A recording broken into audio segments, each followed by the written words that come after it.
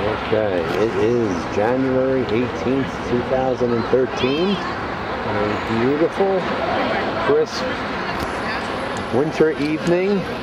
The stars are out, the moon is up, and we are here to see the Keller Graduate School of Management graduation ceremony.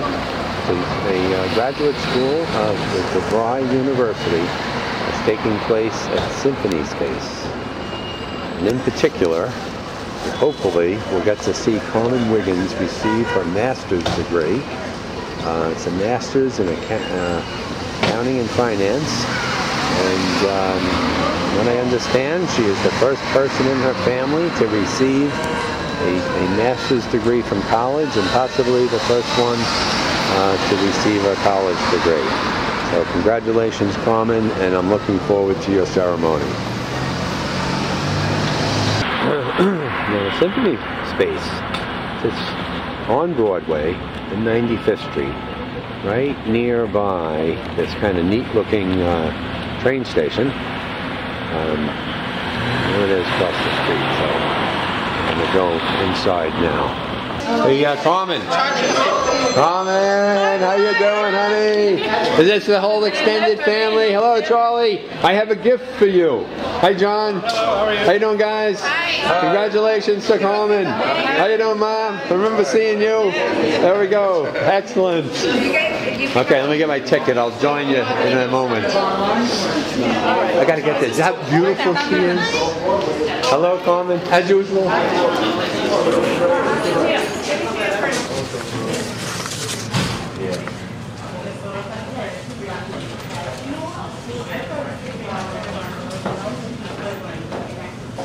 We're going to open it up to the center, and we have the graduates from the Keller Graduate School of Management. Actually, I think it's this one here, the Master in Science in Accounting and Financial Management. Carmen Wiggins, there she is. Okay, all the graduation diplomas are sitting in boxes over here in the corner. Meeting the graduates in the ceremony. Beautiful space here. Gentlemen, my name is Dr. Martin Boyle. I'm the Associate Dean of the School of Business and Management, Devry College of New York, and the Keller Graduate School of Management. Before we start this evening's procession, I had the honor of being introduced to a young lady about a half hour ago who states that she's going to be a future graduate of Devry College of New York. And I found out that tomorrow is her 6th birthday. So would Tiana Williams please rise and wave to the audience so we can acknowledge her birthday? Where are you, Tiana?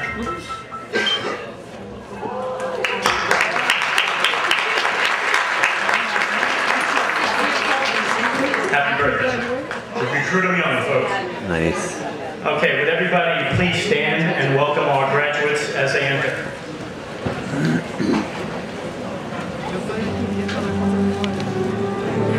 Dr. Valedictory carries the flag for the School of Engineering and Information Services.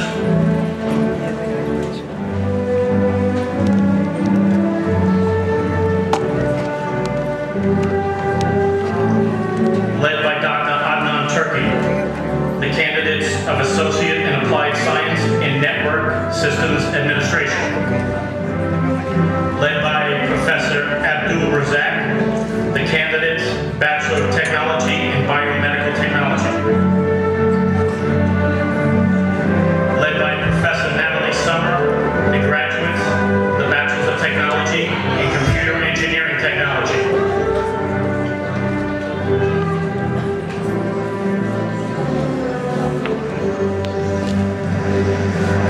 Led by Professor Philip Wilson, the candidates, the Bachelors of Professional Studies in Computer Information Systems.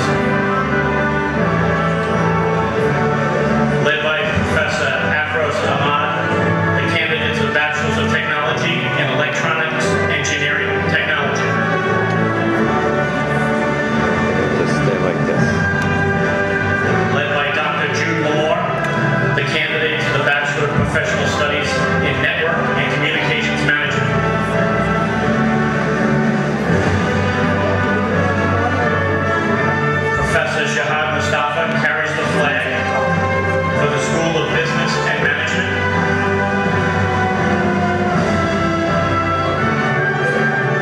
Led by Dr. Gizan D'Souza, the candidates for the Bachelor of Professional Studies in Business Administration.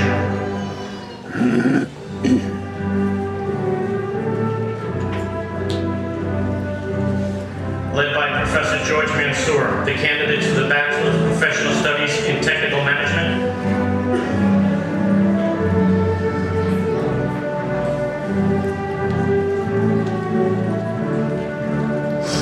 Dr. Michael Gooch carries the flag for the School of Liberal Arts and Sciences. Led by Professor Jose Rene Tobiego, the candidates at Devry University from other locations.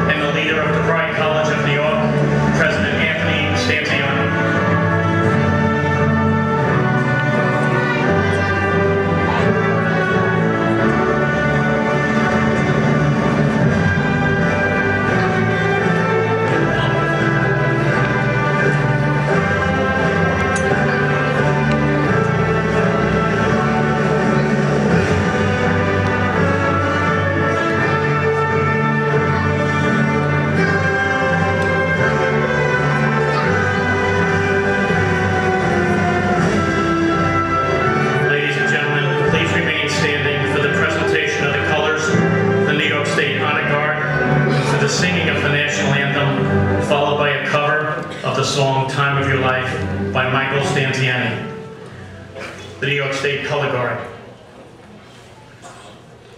Sergeant Louis Pagan, Bravo Battery, 258 Field Artillery. Sergeant Artem Feldman, Alpha Battery, 258 Field Artillery. Specialist Danny Penna, Bravo Battery, 258 Field Artillery. Specialist Kai Guillaume, Alpha Company, 69 Infantry Division. Specialist Alex William, HSC, 42nd Infantry Division.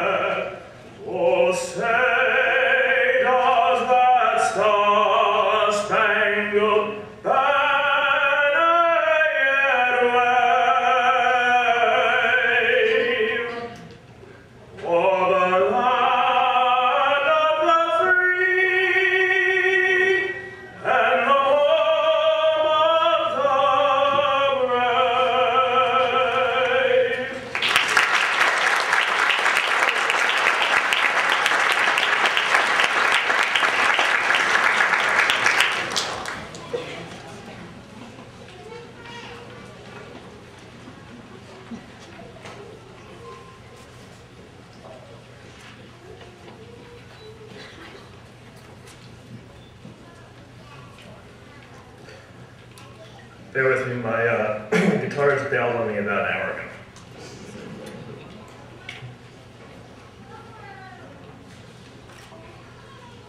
Another turning point, fork stuck in the road. Time grabs you by the wrist, directs you where to go. So make the best of this test and don't ask why. It's not a question, but a lesson learned in time. It's something unpredictable, but in the end it's right. I hope you had the time of your life. So take the photographs and still frames in your mind. Hang it on a shelf in good health and good time. Tattoos of memories and dead skin on trial. For what it's worth, it was worth all the while. It's something unpredictable, but in the end it's right. I hope you had the time of your life. It's something unpredictable, but in the end it's right. I hope you had the time of your life.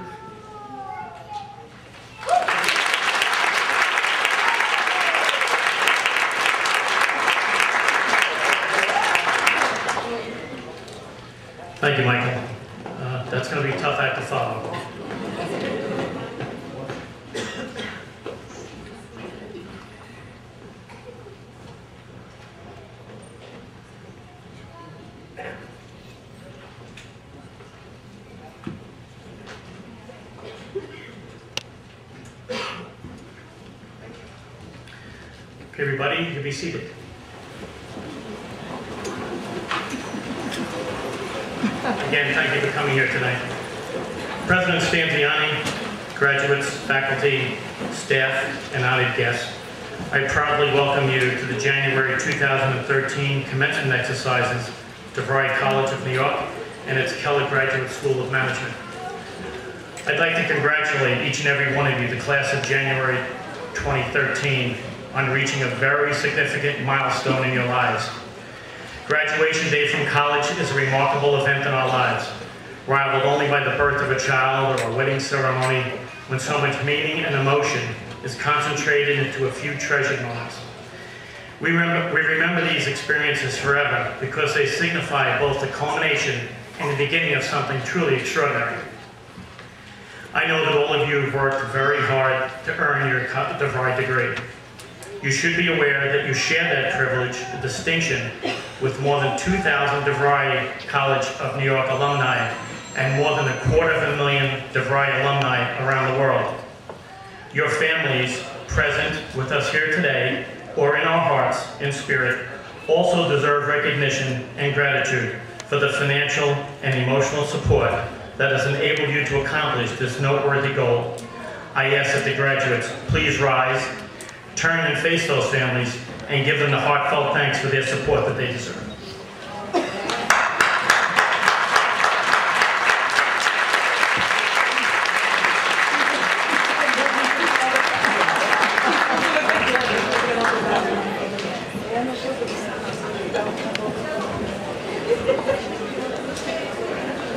You'll also notice that many faculty members are here to share your special moment with you. I feel very privileged to be part of this excellent group of educators, and I'm confident that they have prepared you well for work and life ahead. Please be sure to thank your teachers and give them a round of applause.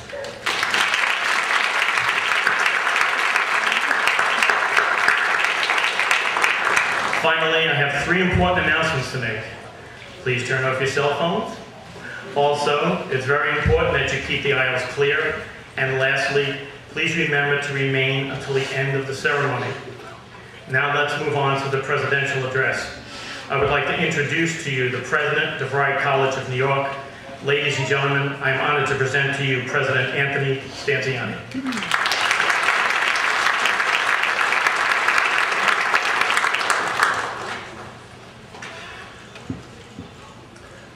My speech about 2 weeks ago. And so as I was leaving the office this evening, I went to my computer to print my speech. And how many of you remember this happening to you while you were in school? I could not find it. I looked, and I just decided to write it over. So this is fresh off the press. So don't be too critical of me today.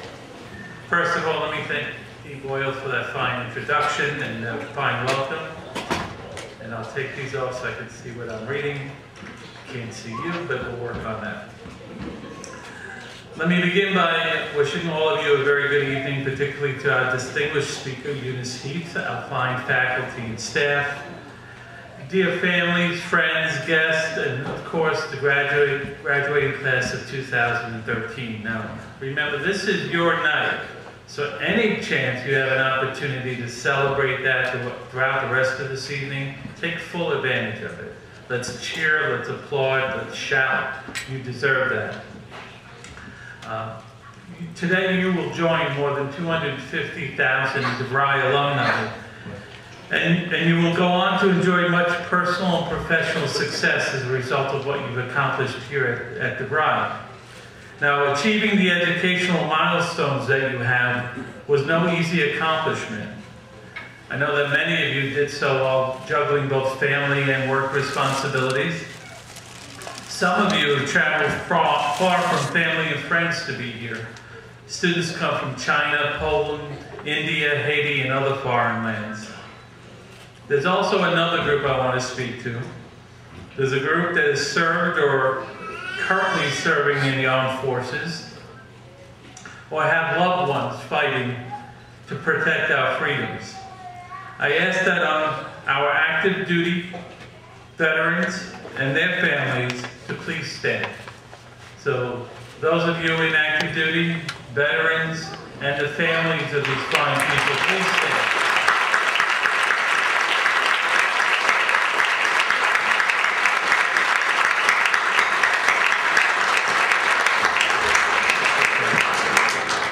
Thank you for your service. Many of you are entering the workplace for the first time. Others are in a career transition, and some of you are getting ready to advance in your present careers. As you do, I'd like to leave you with just a little bit of sage advice that I discovered in a book that it was entitled The Four Agreements. I don't know if anyone knows that. Anyone read The Four Agreements? Okay, small book, you might want to take a look at it. It was followed by another book called The Fifth Agreement, and the author of the book was Jose Ruiz. And it speaks to 5 principles that have served me really well, and I'd like to share them with you because I think they could very well serve you in your career. The first principle talks about protecting your word, and in fact it talks about being impeccable with your word. You will find from time to time that you will be tempted to tell a small lie because you missed a deliverable or you have a late project. And I'm encouraging you not to do that. Instead, I suggest you just own the problem, own the mistake, and then work to correct it. You see, with those highly visible moments, when you stand firmly on your principles, they earn you a respectable reputation. On the other hand, those small lies will create doubt in your accountability and compromise your integrity. Everyone makes mistakes. I make them every day. You need to own your mistakes. You need to learn from them. And if you do that, you'll be better for it. Another aspect of the same principle is to avoid gossip in the workplace. When you find yourself in the midst of it, I encourage you to just walk away from it. It is usually unproductive conversation, and it's often hurtful to the people around you. Oftentimes you can be tainted by gossip by simply just listening to it. So remember, if there's nothing good to say, you will be well served to say nothing at all. One of the most difficult things for me early in my career was not to take things personally. If something impacted me negatively, I was too quick to believe the action was intended to deliberately offend or harm me. What I learned later is that people too often do things without even considering the impact it has on others. And I believe today at least, I'm not sure I believed 20 years ago, but I believe that if they thought for a moment that what they were about to say or do was going to offend or shed unfavorable light on others, they would most likely not say or do it.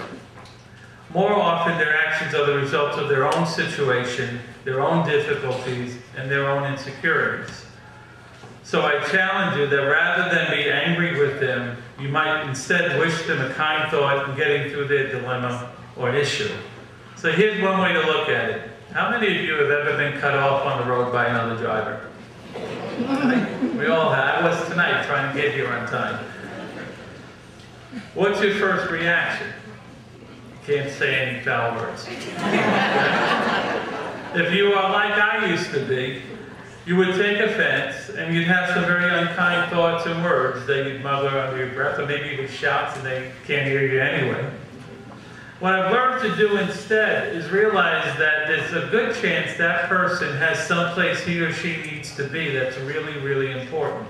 It could be to make a flight, it could be to go see an ill parent, or a wife that's about to deliver a baby. And so rather than get upset, I've learned to just stop and say a prayer that that person gets to wherever it is they're going safely.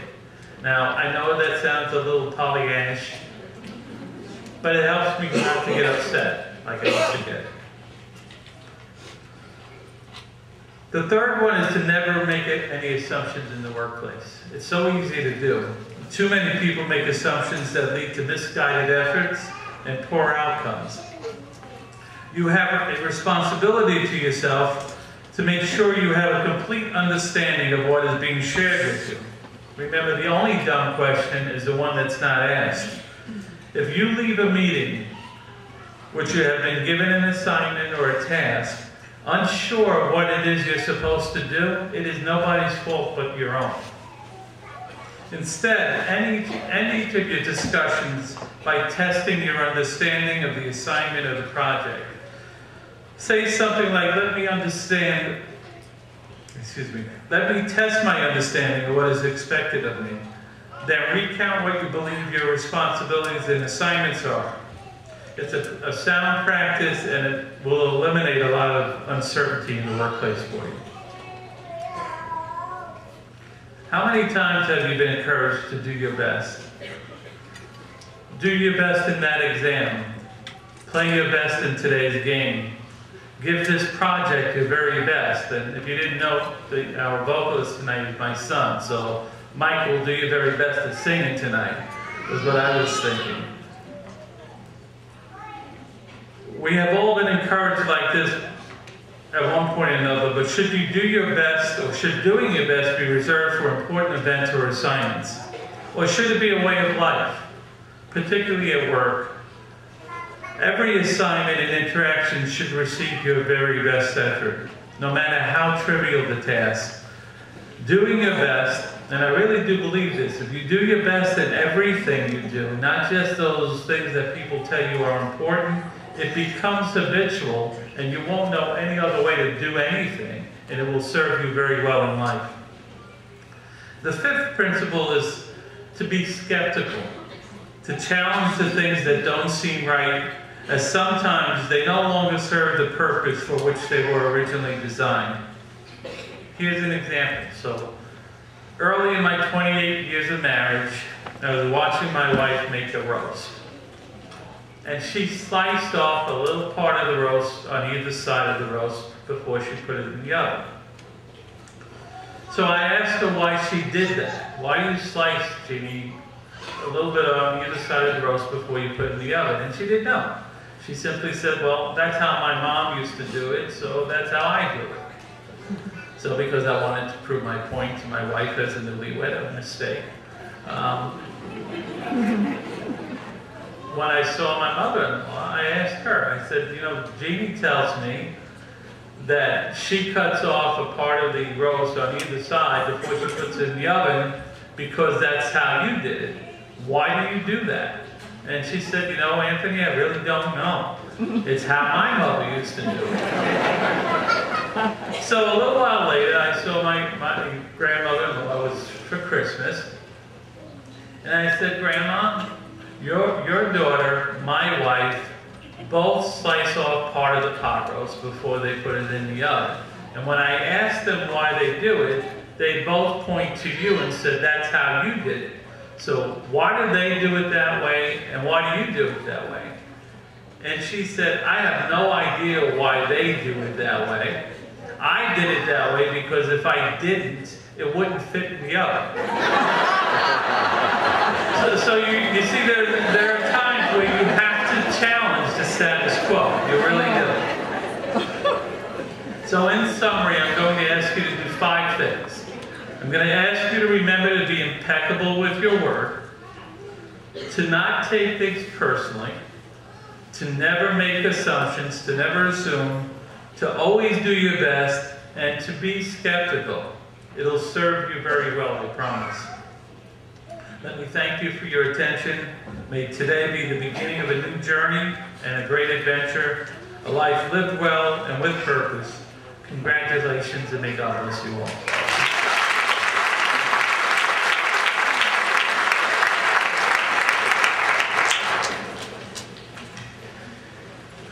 Thank you for those inspiring words, President Stanziani. And again, welcome to everybody to the Devry commencement ceremony. We've been changing lives for over 80 years now. Much like the journey that all of you have taken to reach this milestone in your lives, we too have been on a journey. Ever since Dr. Herman Devry founded a small Chicago school in 1931 for the purpose of educating students in the rapidly growing field of electronics, We've been evolving with the times, answering the call of those wishing to provide a better life for themselves and their families. I congratulate you all on your decision to earn your degree from Devry College of New York University. Now I would like to introduce today's keynote speaker, Ms. Eunice Heath. Eunice Heath is a newly named Senior Director of Government Affairs in the Northeast and Corporate Citizenship for STEM Education at the Dow Chemical Company. Eunice has responsibility to develop public policy, stakeholder engagement strategies related to Dow's growth agenda in the key Northeast states. She is also responsible for guiding the strategy and implementation of the international science, technology, and engineering and math, STEM, components of Dow's overall corporate citizenship strategy globally. Eunice received a Master's of Business Administration at the University of Michigan and a Bachelor of Science degree in Industrial and Systems Engineering at the University of Florida. She is a certified Six Sigma Green Belt, a 2007 Black Engineer of the Year Award recipient in the category of Technical Sales and Marketing, and a 2011 Woman of Distinction Award winner by the Philadelphia Business Journal. Outside of Dow, she is a Girl Scouts of America volunteer and a youth Christian education leader. Eunice and her husband, Christian, have 3 children, Miles, Bronson, and Blake, and relocated in 2009 to Philadelphia from Switzerland. Ladies and gentlemen, I'm honored to introduce to you Miss Eunice Heath.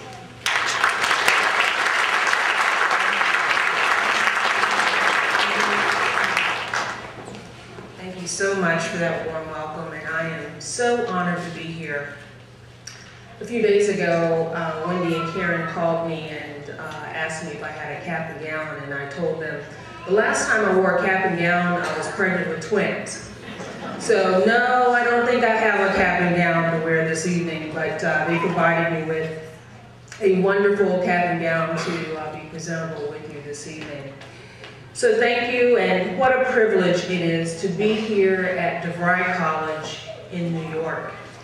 President Stanziani, Dean Uchern, Dean Shikowitz, faculty, staff, and administration, and to all the parents, family members, and friends, and especially to the graduates, thank you for letting me be a part of this very special day for you and your families. So the graduates, how does it feel to be here? Very exciting, right? Well, you finally did it, and it's an honor for me to be one of the first to congratulate you. You have juggled children, jobs, families, school, and other responsibilities.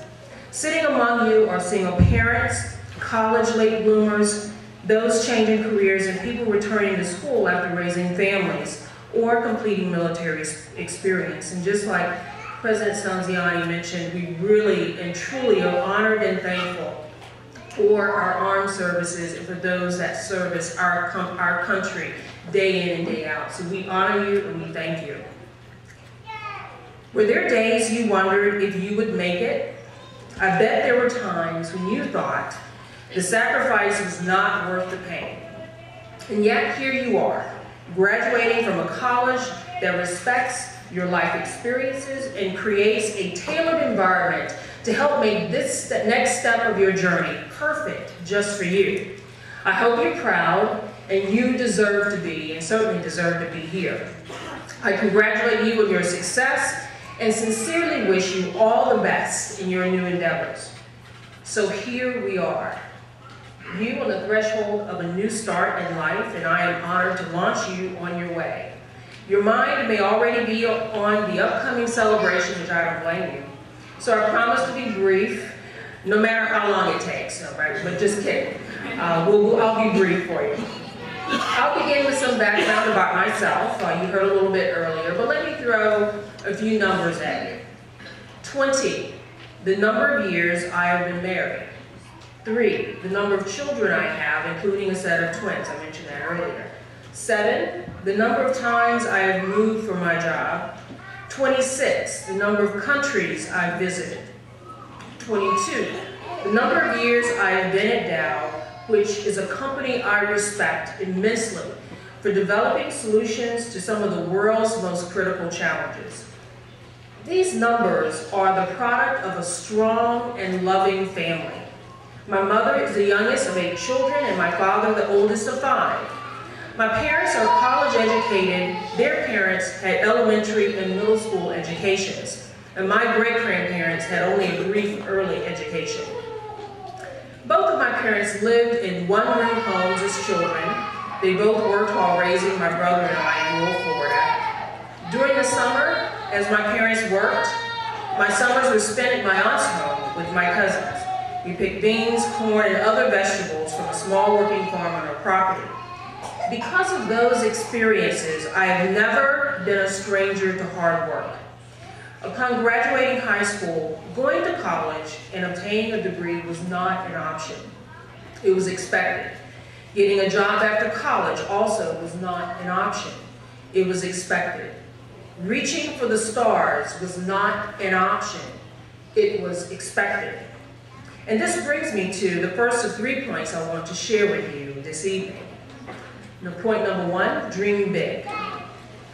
Could my great-grandmother, Hertha, ever have imagined when her baby girl Eunice was born that I would become a global leader at a Fortune 50 company like Dow Chemical? Keep in mind, I am 4 steps removed from the American slave trade, which means my great-grandmother was standing on slavery's back door. A lot of things most have looked to her have looked impossible. But she believed in the power of the human spirit. She ascribed to the notion that we can accomplish anything we want to, and she made sure her children, grandchildren, and great-grandchildren believed the same. She encouraged us to dream. All of you are 21st century dreamers. You wouldn't be here today if you didn't have a dream to be something special. I know that many of you face obstacles in attending college, especially those of you who were non-traditional students at Devry. You likely heard, you're too old, it's too late, it costs too much. You have too many other responsibilities, you'll never get a good job. Yet here you are, ready to step into the world fully dreaming about the opportunity that is there for you. I encourage you to keep dreaming and don't let anyone derail you. Your dreams will define your future, and with the strong academic foundation you've obtained here at Devry, they will come true. Which leads me to my second point. Believe that the impossible is possible. I want to tell you about an experience I had early in my career as a global business leader. In the face of a difficult situation, I needed to break through gender and racial barriers to make a new paradigm possible. Let me explain. I was in my first global business director role. I was one of the youngest business directors in the company and the first African-American female to run a global business in Dow. At the time, my business faced significant challenges with an external manufacturing contractor. This contractor had a number of environmental infractions that had the potential to put my business in jeopardy. I decided to find a new contractor, but my team needed to continue working with this company for the time being. In an effort to resolve my concerns or begin the process of phasing this contractor out, I called a face-to-face meeting that involved my business management team and the owner of the contracting company and his son, who would eventually assume responsibility for the business. The meeting opened normally, with greetings and desired objectives. The owner shared his position about the environmental issues, and I shared Dow's position. The discussion went on for about an hour before something truly shocking happened. The owner, clearly feeling threatened, chose me as the focus of his frustration. You know, he said, I am surprised that Dow Chemical would trust such a profitable business to a woman, and a black woman at that. There was a time when you, pointing at me, could not come into a place like this and meet with white businessmen. And here you are challenging my business practices and telling me that Dow was no longer going to do business with my company. The year was 2004. 9 years ago. Trust me, trust me when I say everyone in the room positively froze. Everyone, my Dow team and the owner's son included, were stunned by what we had just heard. After the initial shock, my managers, incidentally all of them white males, came to my defense. Immediately, I stopped them and called a 10-minute recess. Clearly, the conversation was going in the wrong direction. As the son departed with his father, we heard him say, "Dad, your comments were embarrassing and disrespectful.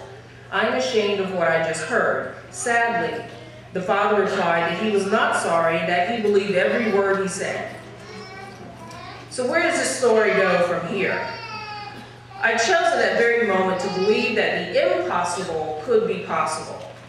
I listened to the voice in my head, the voice of all of those life lessons that said, "Eunice, not only can you rise above this, but you must rise above it. It is possible to overcome bigotry, sexism, and archaic stereotypes. But to do so, I had to be the bigger person." First, I calmed my outrage team and thanked them for their support. I told them that we had a job to do, and strategically, we needed to complete what we came to this meeting to do. I asked them to be professional and to continue to conduct themselves with the highest respect and professionalism. I told them, keep a cool head and let's get the job done. As I was calming my team, this quote by Gandhi came to mind. "Be the change you wish to see in the world." When the owner of the contracting business and his son returned to the room, I told them that we would pursue an alternative contracting source. I advised them to ensure environmental and safety infractions must cease going forward, or we would accelerate the alternative contractor option. With that message delivered, my team and I departed. I share this story because as you enter or re-enter the working world, you will encounter a lot of impossible.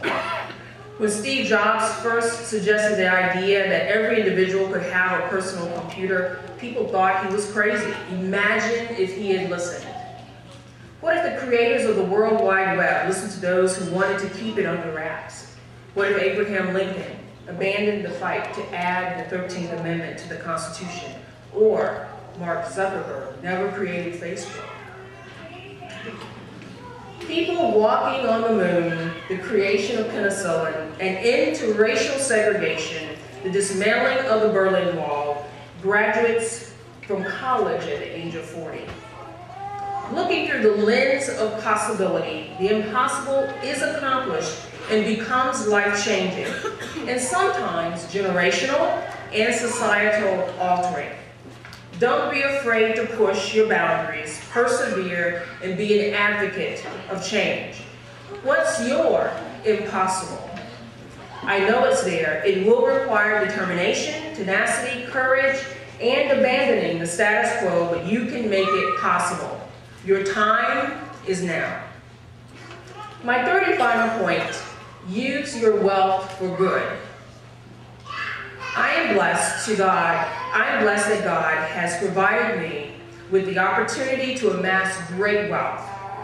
I am not talking about monetary gain or affluence by the world's standards. I am speaking of wealth gained through a myriad of experiences, roles, and responsibilities and opportunities that I have accumulated over the years. My wealth was acquired over years as a wife, mother, sister, daughter, employee, volunteer in the communities I have lived, and as a citizen of the world. And my wealth will continue to be acquired each hour of each day that I walk this earth. It is in my relationships with my husband and family, in the growth and development of my teenage children, in the opportunities I have to see the world through work and leisure, in the conversations that I have with my parents and grandparents, and in my ability to see suffering and hurt in the community I live and do something about them. I am fortunate to work for a company that agrees in the value of using wealth for good. Dow is a program that loans employees to social causes around the world. The program is called Dow Sustainability Corps, and it matches our interested and talented employees with nonprofit organizations, social entrepreneurs, and government agencies that need support for sustainable projects. Maybe the need is to deliver a sustainable supply of fresh water to a community in Haiti, or provide technology to a remote school in Africa, or deliver critical medical supplies safely and efficiently across the mountains of Honduras. Dow handpicks the people to participate and invites them to take a sabbatical in order to work on these critical projects. This is big picture, long-term change. I realize we can't all be part of a project to deliver water to a remote village, but we don't have to be. The Bible tells us, to whom much is given, much is required. Much has been given to all of us, even if those gifts are not obvious. We are wealthy people, and our wealth is needed. I love the saying, no act of kindness, no matter how small, is ever wasted. Today, you probably shared a small act of kindness with someone, and certainly someone has offered you an act of kindness. I'm sure many of the proud, smiling faces in the crowd kindly helped you earn your place in today's graduation. Think about your gifts, your wealth, and how you share them. How can you give back? Where can you make the world a better place? You have great wealth and a great capacity to give. Put them to good use. In closing, your moment is now. You are the talent of today with the solutions of tomorrow. You are ready for this challenge because your life to this point has prepared you well, and Devry has been part of that preparation. As Ralph Waldo Emerson said, do not go where the path may lead, go instead where there is no path, and leave a trail. And while you're doing it, dream big, believe the impossible is possible, and use your wealth for good. Thank you, and I wish the best of luck to the Devry graduating class.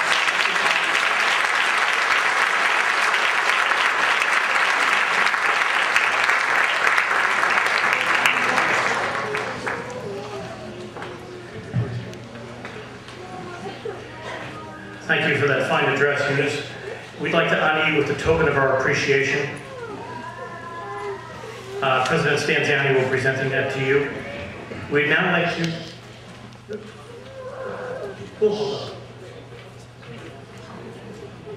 Again, another speech I can't follow.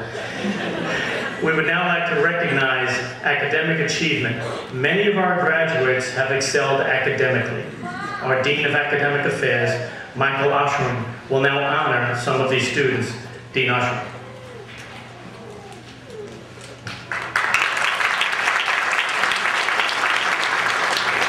At a ceremony on Tuesday, January the 8th, the following students received awards recognizing their outstanding academic achievements in their respective programs. As I call your names, students, please stand and remain standing. For highest achievement in applied science in Network Systems Administration, the distinguished scholar is Marcelo Guevara.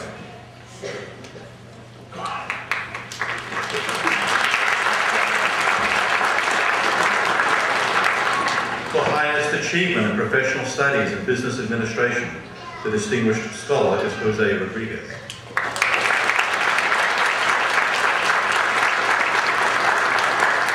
For highest achievement in professional studies in technical management, the distinguished scholar is Leon Vincent.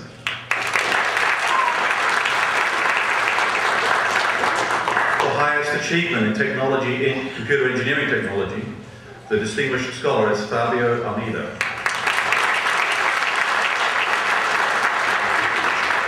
For highest achievement in professional studies in computer information systems, the distinguished scholar is Luis A. Villamarin.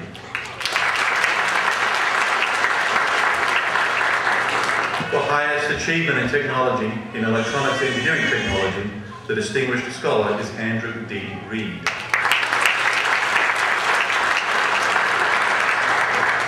For highest achievement in professional studies in network and communications management, the distinguished scholar is Azra Herero. Please give them all a round of applause.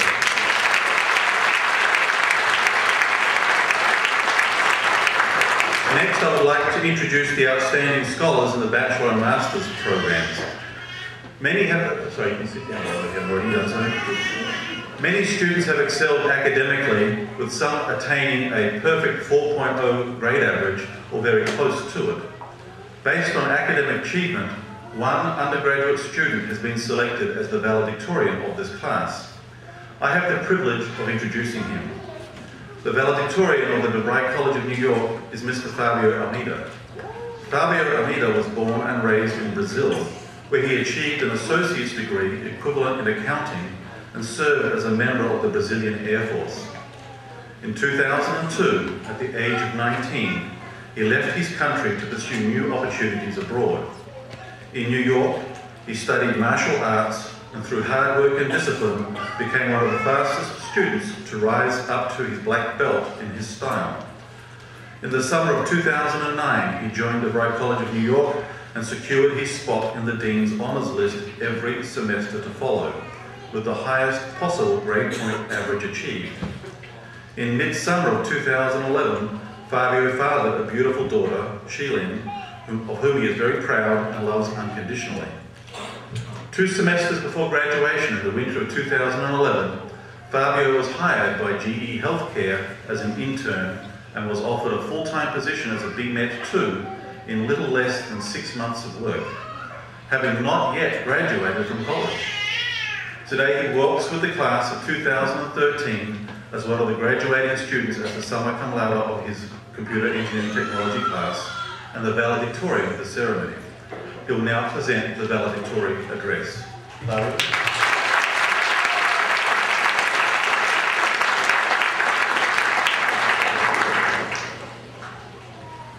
Good evening, ladies and gentlemen, faculty, students, graduating class of 2013. When I first got invited to be here, to be the farewell speaker of the ceremony, I was not ready. I was really not sure how to feel about it. I was definitely excited that I would, one more time, have the chance to speak my mind once again, and even more excited that everyone would have to sit down and listen. What didn't excite me much was the fact that this time around, I felt like I didn't have anything important enough to say. The usual edge that I carried in my voice every time I walked into a dean's office or I spoke with Mr. Stanziani, this time I would have to strip it down from my voice and strip it down to just words. Words of accomplishment, celebration, and farewell. With a different demeanor, here I am today to say thanks and goodbye to some of those who made an impact in my life during my passage here at Devry. And even though I know we'll keep in touch with most of you guys, I also know that nothing will compare with the experiences we shared. Throughout these 3.5 years, 20 sessions, 42 subjects of hard work in both parts, the students and the professors. I could go on and on about the technical things I've learned from these professors, but they would be boring to some, repetitive to others, and to most, it would be just a foreign language altogether. I could also talk about how each one of us should do our best, how the sky's the limit, how we must reach for the stars, make a career, make a name with what we have learned, and eventually leave a legacy. I could, but instead I have chosen to speak about the lessons we have learned that were not in the curriculum. Lessons that these professors have learned from their own experience and passed down to us, sometimes in very fine print, simply because they cared. Professor Zevallos, he taught my first electronics class. We met again for some programming along the way, and at the end we discussed thermodynamics. He also taught me the importance of consistency. I can still remember him repeating over and over again the importance of keeping every unit of measurement throughout the entire calculation.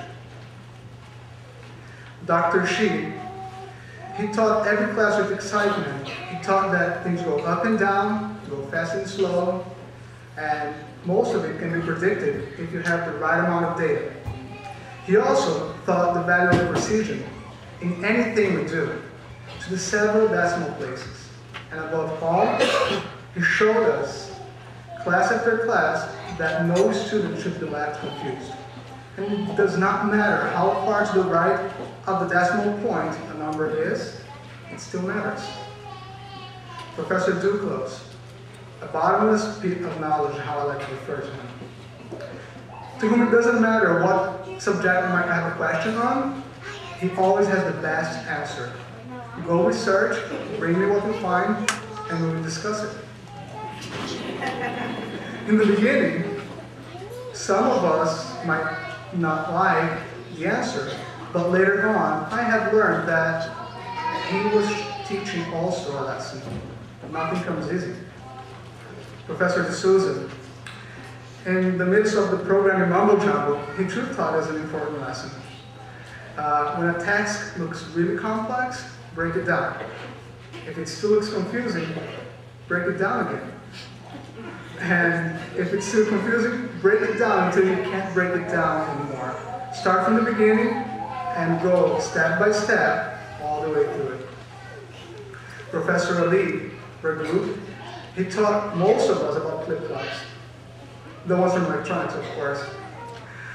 He taught us to never give up. Even when a code did not compile, he would always say, "Good job, now try it again." Professor Siddiq, what can I say? He taught us Java from scratch to begin. And then he also taught us how to embrace changes and adapt, regardless of who, when, and where it came from. Aside from these core engineering professors, some of us also had the pleasure to share the classroom and learn from several other professors from other chairs, who are equally memorable. Amongst them were Professor Feedy, Professor Kingsley, Professor Sam Kingsley, and Professor Eisenberg. From them, I have learned the importance to know and accept as much as we can about ourselves, how to relax and have fun with whatever it is we're doing, and how to take hard, brutally honest criticism. I'm pretty sure we all know which lesson came from which professor. In addition to faculty members, there are also many students I would like to mention here.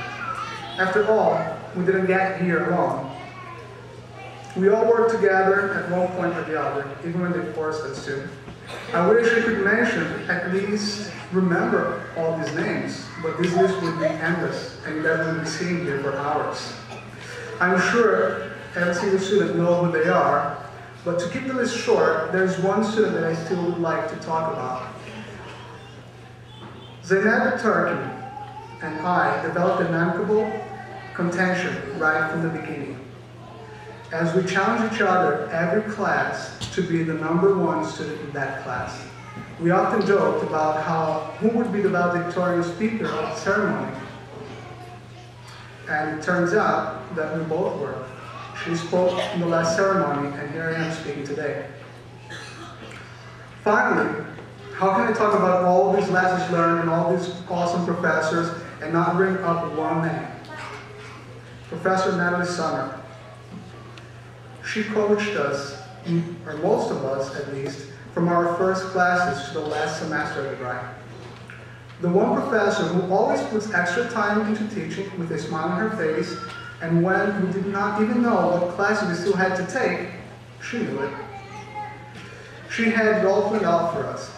A professor who is a friend, an inspiration, and also an example of altruism. I could mention here all the lessons and everything we have learned from her, but there are far too many to itemize. Instead, I would just leave it up to each student to remember their experiences, and maybe later on, you guys can thank her and all the other professors for the lessons learned. As my time here in the podium comes to the end, I still feel like there's so much I have to say, so many people I have to mention, and unfortunately, there will always be someone left to mention, and like in any other situation in life goes on. and so much of the ceremony. So let me wrap this up for you guys. Peers, colleagues, and friends of the graduating class of 2013, I want to congratulate each one of you guys for doing your best to make it here. I know it was not easy. I also want to wish the best of luck to you in your future endeavors. Never forget where you came from. Remember the lessons you learned along the way. Know where you're going and go one step at a time. Be happy, be successful, and persevere. Congratulations, guys.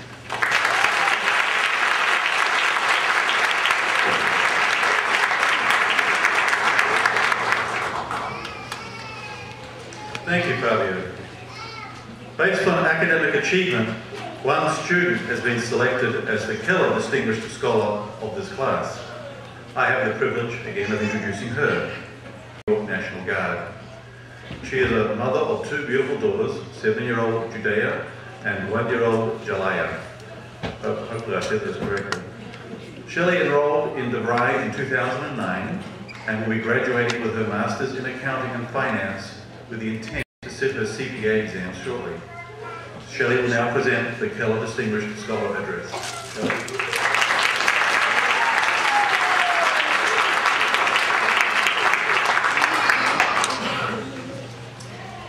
Distinguished guests, family and friends, faculty and staff, graduates, good evening. Tonight it is a privilege and an honor to be part of the graduating class of 2013. This is our day to celebrate reaching a milestone and to be proud as we are crowned with Devry University degrees. On behalf of my fellow graduates, I would like to say thank you to our family and friends for their support and encouragement. We are also forever grateful to the dedicated professors and other university staff members who encouraged and equipped us with the knowledge and skills to make this day possible for us. To my fellow graduates, this is our day to reflect and enjoy our achievements, even as we prepare to pursue successful careers, armed with Devry degrees and toolkits filled with the knowledge, skills, and insight we acquired along the way. It was no easy road to this destination. For many of us, this day seemed impossible. As we battle to stay focused, study, and keep pressing on in spite of the many challenges along the way. But that dream is now a reality. A reality that will open many doors to us and to make all our sacrifices and hard work everlasting memories. We came to this destination through various paths, but today is the day we celebrate together. We give thanks and take aim at the bigger future. Today is the day we set new goals with the confidence that we are equipped to meet any challenges that lie ahead of us. According to an ancient Roman proverb, fortune favors the bold but forsakes the timid, which implies one should act boldly or courageously in order to accomplish something great with one's life. Fellow graduates, we did not let our fears overwhelm our desire. We have been bold and we have been courageous. Nothing in life is worthwhile unless you take risks and face challenges fearlessly. We have done this and we should continue since we are about to embark on another phase of our journey. Accomplishing a master's degree with honors is one of my greatest academic achievements thus far. Coming from the only English-speaking country in South America, raising two adorable daughters with a very supportive military husband whose job took him away ever so often, and also enduring a complicated pregnancy, delivering my baby girl 2 days after my final exam, makes this day more special and all the more fulfilling for me. Our journeys may be different, but today the opportunities we face are the same. We face the world that needs and is calling for professionals that are equipped with the 21st century knowledge, skills, and attitudes we acquired at Devry. It is now up to us to answer that call by competing for the best jobs and outperforming the best of the best.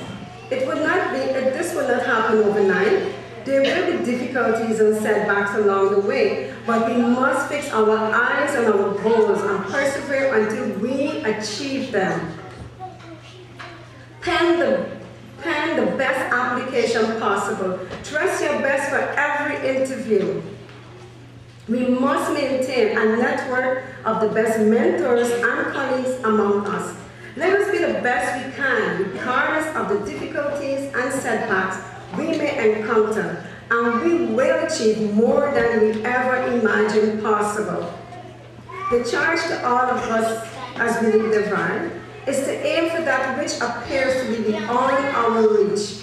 Work assiduously, have fun, never give up until we reach those career goals that motivated us to study at Devry.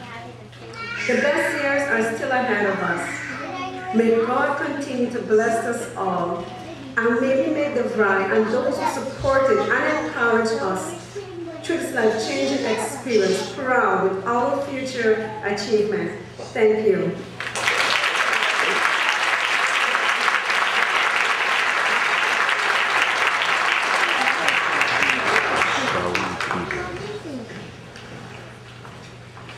We'd like to thank the scholars for their thoughtful words.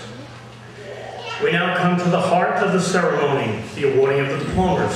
Amen. Did I get an amen? This is the time when we recognize each of you individually. I would like to request that President Stanziani and the deans who will be assisting him to please come forward. This is just a reminder to all family and friends, we have a professional photographer who will be taking a picture of each graduate receiving their diploma. So please remain seated so that everyone has a clear view of the graduates on the stage. And finally, kindly remain in your seats until the entire ceremony has come to an end and the platform party and faculty have departed.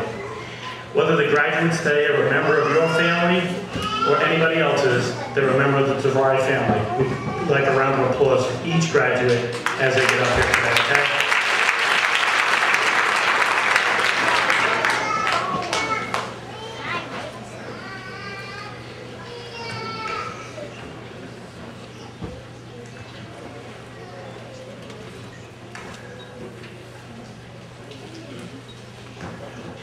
First, we would like to present the candidates of Associate in Applied Science in Network Systems Administration.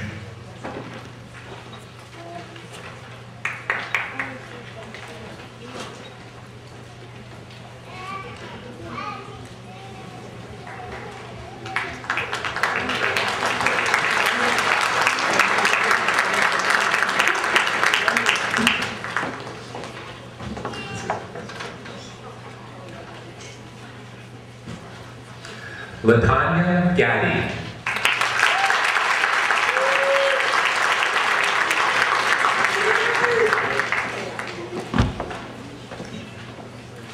Congratulations to the graduate.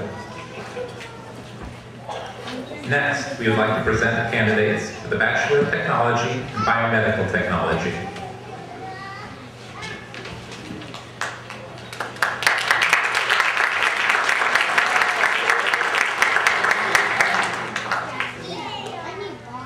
Alaka Chittybear.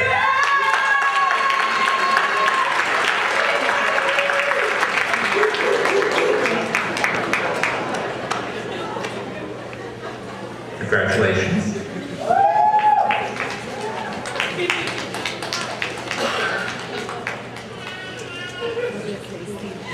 Next, we would like to present the candidates of Bachelor of Technology in Computer Engineering Technology.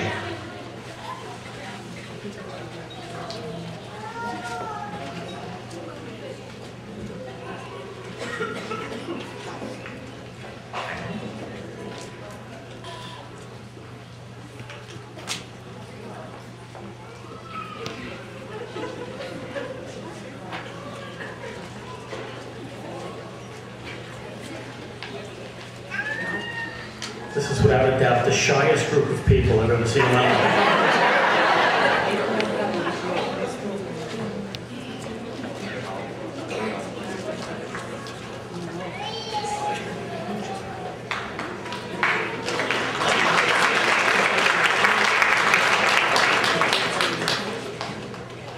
Jennifer Marie Gonzalez.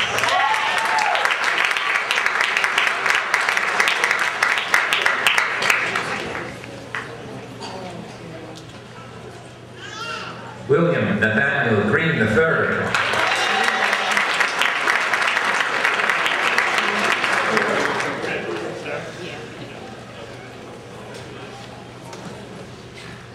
George Milieu, cum laude.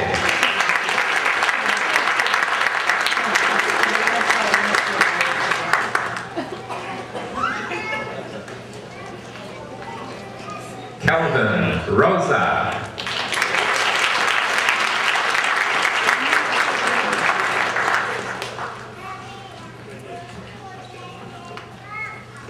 Congratulations. Next, we would like to present the candidates for Bachelor of Technology in Electronics Engineering Technology. Patrick Brown.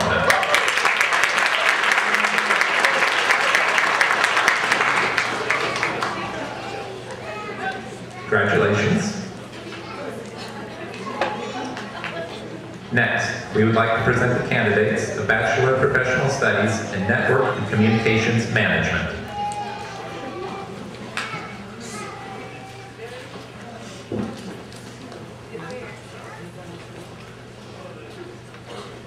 Nigel Joe Edinburgh.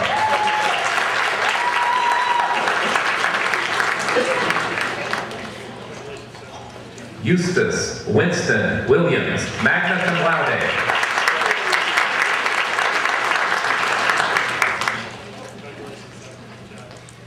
Congratulations.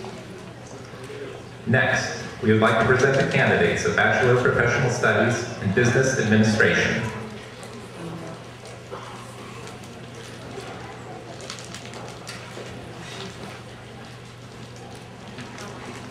Gregory La Rosa.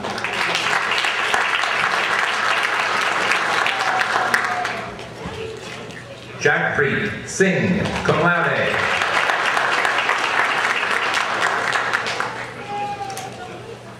Agata Magna Sokolowski, cum laude. Iman Sabri Hanafi.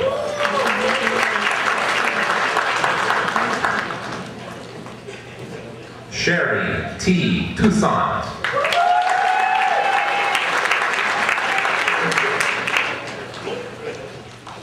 Beatrice Hoper, magna cum laude.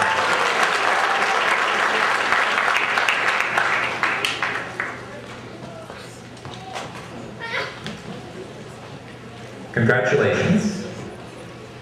Next, we'd like to present the candidate for Bachelor of Technology in Computer Engineering Technology.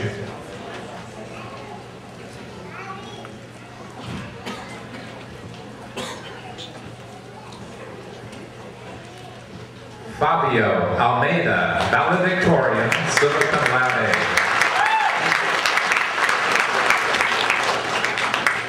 Congratulations. Next, we'd like to present the candidates for Bachelor of Professional Studies in Business Administration. Jose Luis Rodriguez, magna cum laude, program award winner.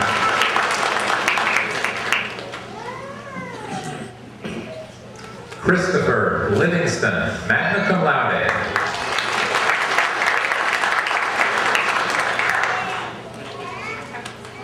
Eduardo Gutierrez, cum laude.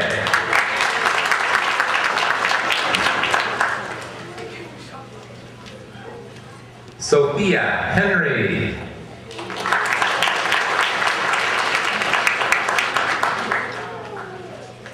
Melissa Maria Timothy.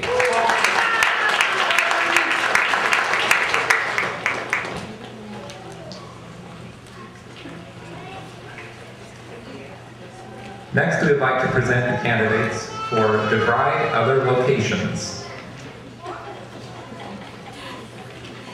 As you all know, Devry University is a modern university with an international footprint. We are honored today to have with us Devry University students in the undergraduate programs for other Devry locations. We would like to present these graduates now.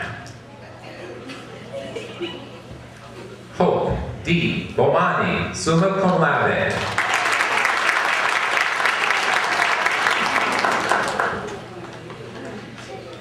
Marlon Vernon Brakey, summa cum laude.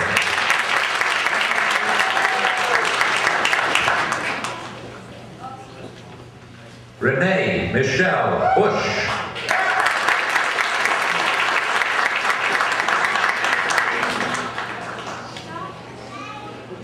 Sandra K. Cipriano, cum laude.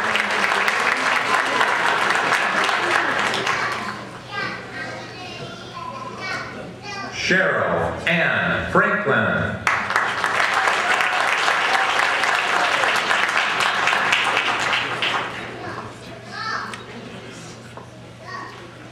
Corinne Lachelle Gladden.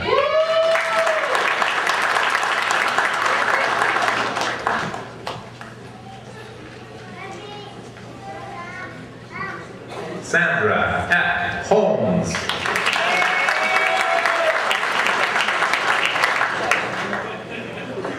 Jacqueline Madrigal.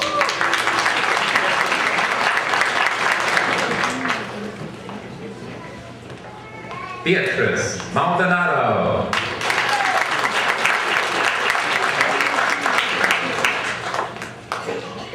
Rain Matsunaga, summa cum laude.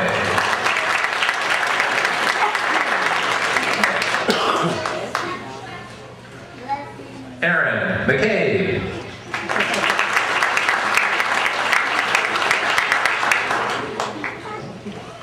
Leola J. Miller.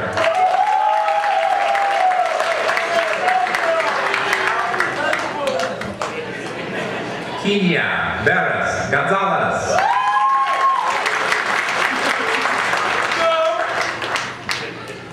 Savini Wijaratne.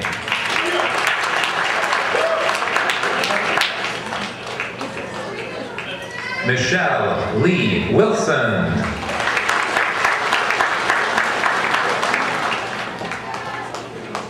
Congratulations, graduates. Next, we would like to present the candidates of Master of Science in Accounting and Financial Management.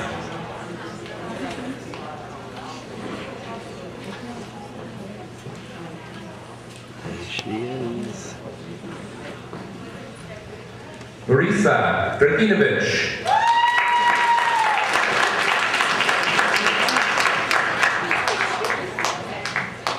Formika Shante Hazlett.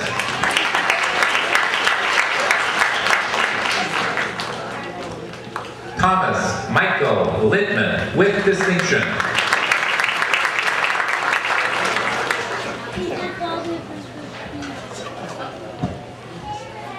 Mohammed Mizanur Rahman.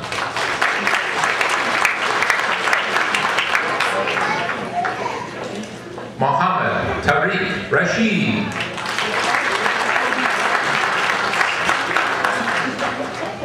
Dahlia Rent.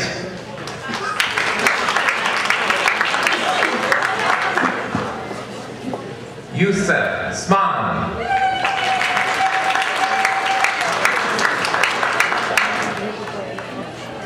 Alessandro Banchelidi.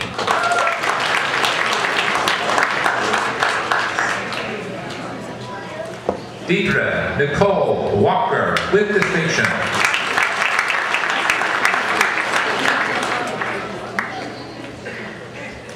Carmen Y. Wiggins.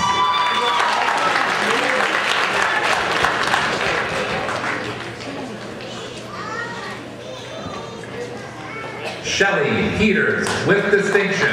Graduate Distinguished Scholar.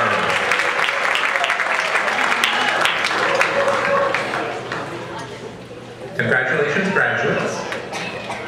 Next, we would like to present the candidates of Master of Business Administration Administration in Management.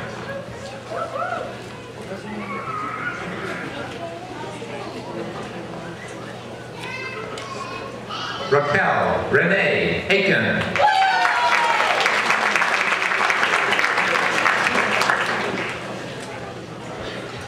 Farouk Albayrak.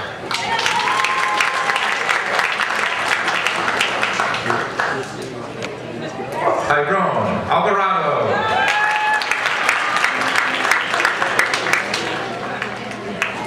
Michelle Austin Ross with distinction.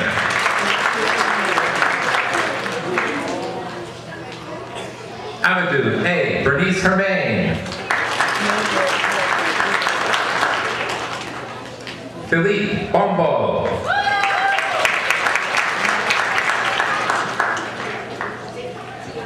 Lei Seiku Kamara.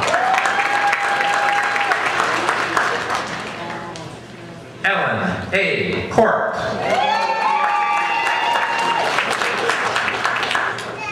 Kiati Gandhi.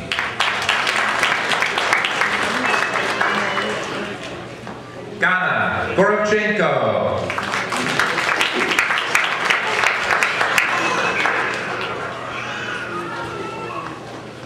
Adisti D. Hassani.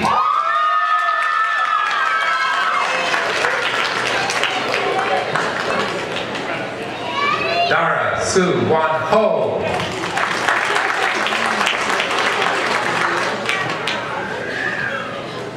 Michelle Johnson.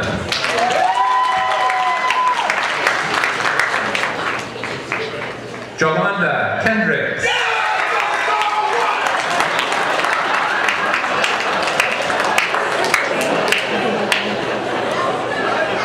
Oluwasegun Samson Laval.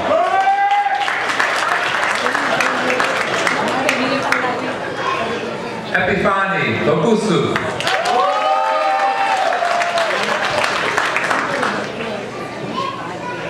Nagisa Mindu.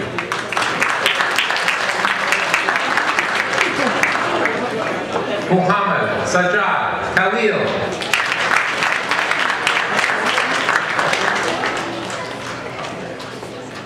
Nishavan Moramat.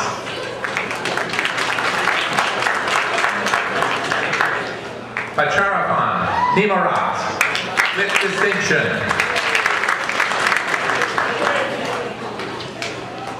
Dorothy Adana Onyeji.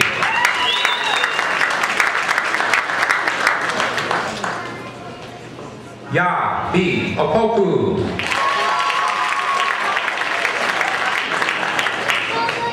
Victor G. Palma.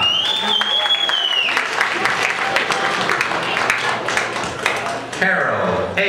Harjan with distinction.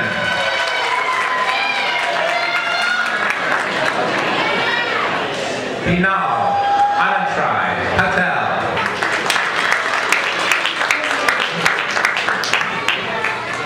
Jose M. Peralta.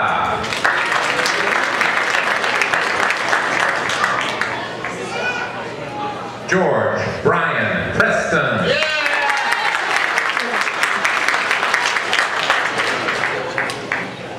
Fred Martin Schenkel with distinction.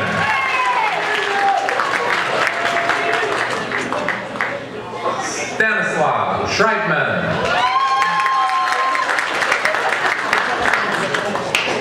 Abdullah Suma.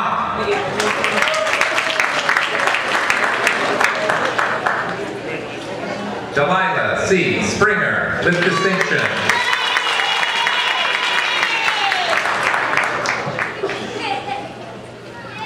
Ajola Subaj.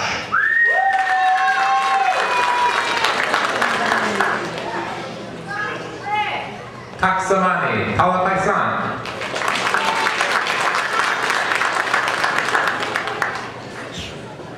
Raina Ashley Townsend.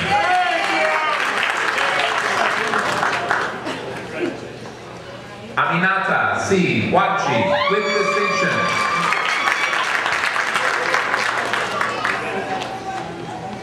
Dulcie Amanda Frederick with distinction.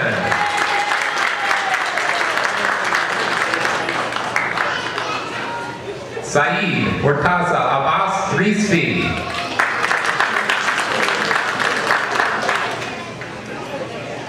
Rebecca Kane Woodall.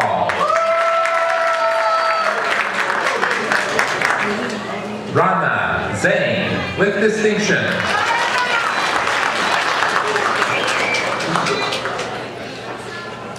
Congratulations, graduates.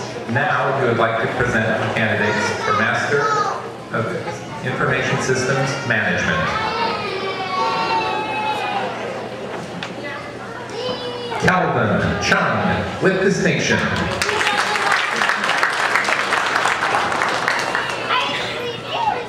Sean Richard Entwistle. Maiden T. Rogers.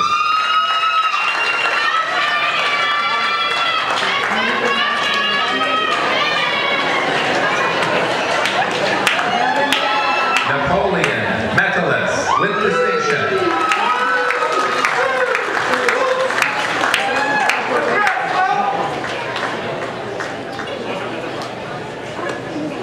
Congratulations to all of the students from graduate programs at Keller Graduate School of Management of Devry College of New York.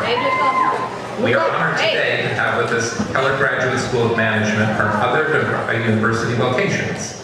We'd like to present these graduates now. Alicia Marie Clark.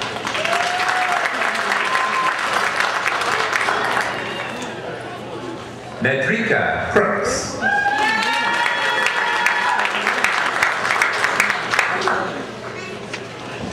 Camelia Daly. Timothy Joseph Flaherty.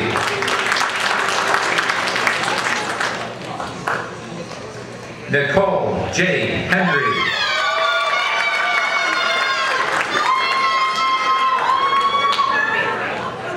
Richard R.C. Fullwood with distinction.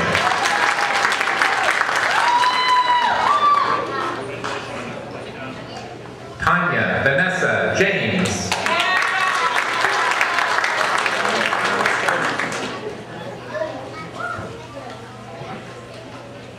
Daryl A. Johnson.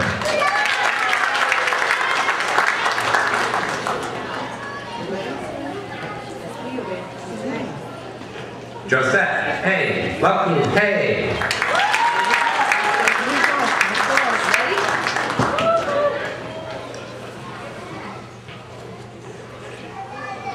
Jorge Lueto.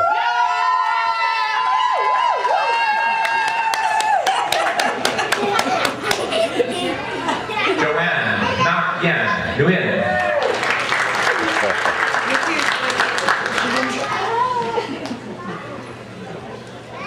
Tolulope Alubukin Ogosun Mor Ogosu.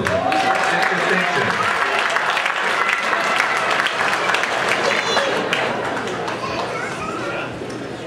James Irving Plummer.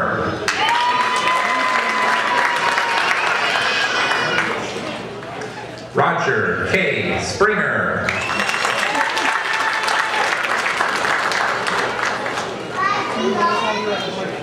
Dwayne L. Stanley.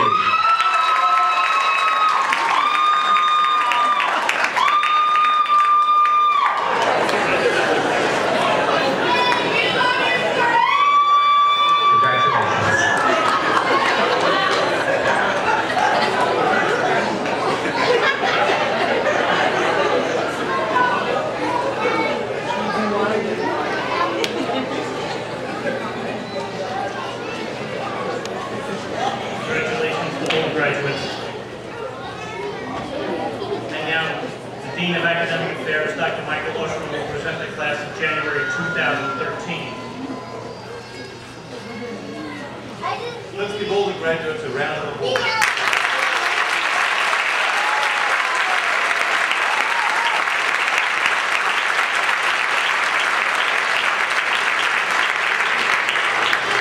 Now we come to the last step of the ceremony. Graduates will be formally approved by the President. So I need all the graduates to rise and please remain standing.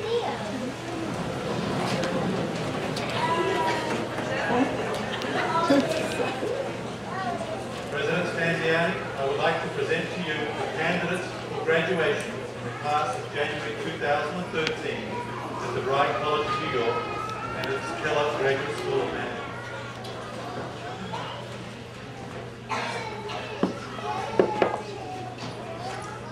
It's just about done.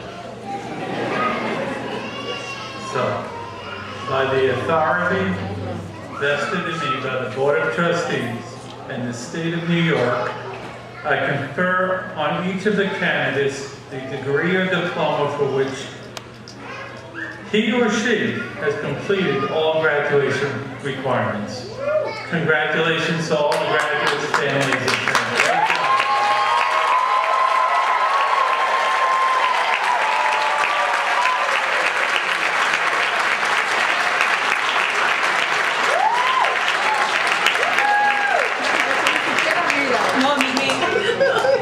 Okay, I need the graduates to remain standing and get ready to make a little noise. Okay? Now, graduates are supposed to wear their tassels on a specific side to signify their new status. Please make sure your tassels are on the right-hand side of your hood. Wearing them on the right side significantly implies they are on the wrong side. We need to do something about that. Okay? So now, here's your last hands-on exercise at DeVry or Kellogg. Ready? Anticipate, wait for it. Wait for it. With the valedictorian leading the way. On the count of 3, will everyone please move their tassels to where they should be, and that's on the left side. Hold your tassels. 1, 2, 3, switch.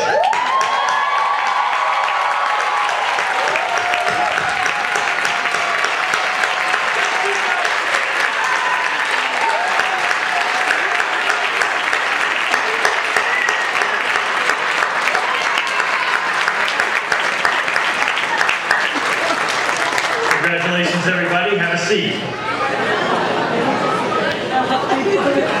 Nice job. You didn't think you had it in you, did you? All right. I would now like to introduce the representative of the DeVry College of Alumni Association, Mr. Chad Maldonado.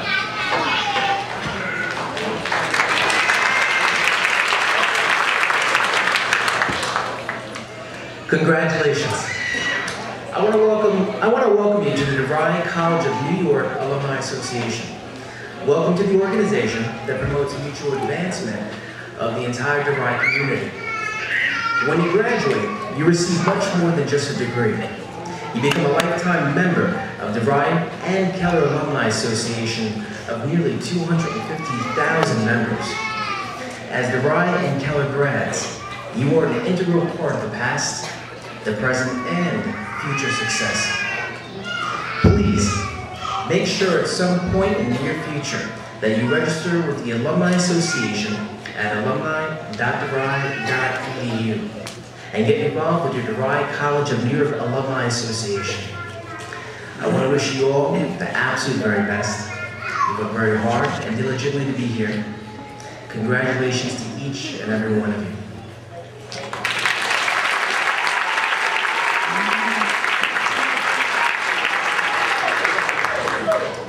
Thank you, Chad. If I might, I would like to take a moment to thank Wendy Carter and the entire graduation committee. Please stand to be recognized.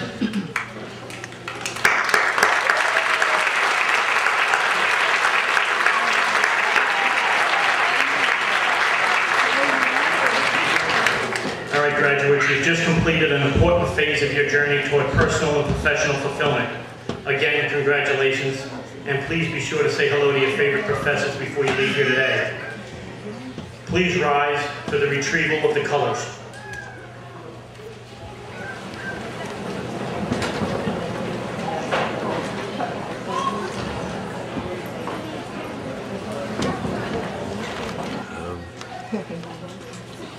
Here's my business card. Give this to her.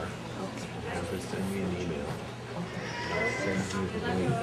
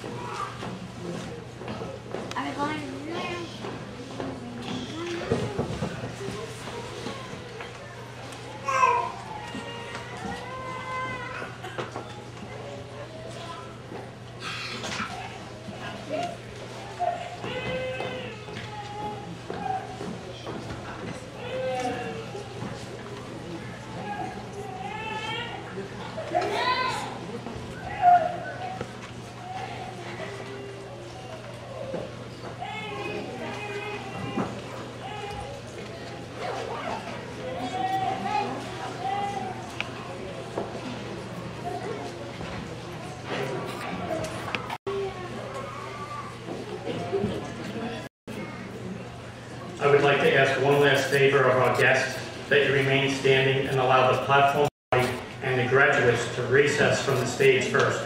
Farewell, everybody, and best of luck.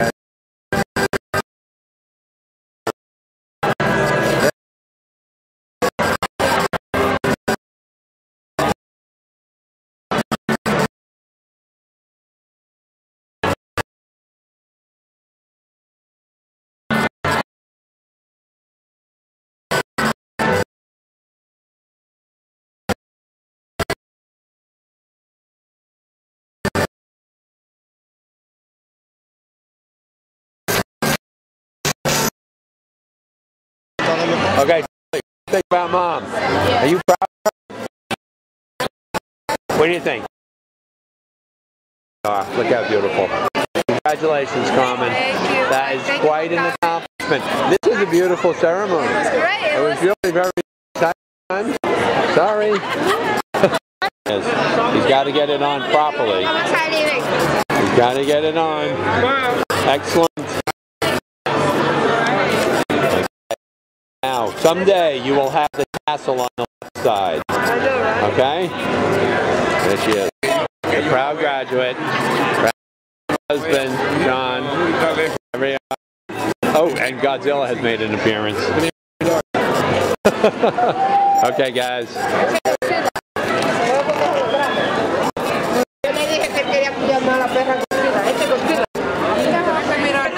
You can get a video of it. Hold that a little bit.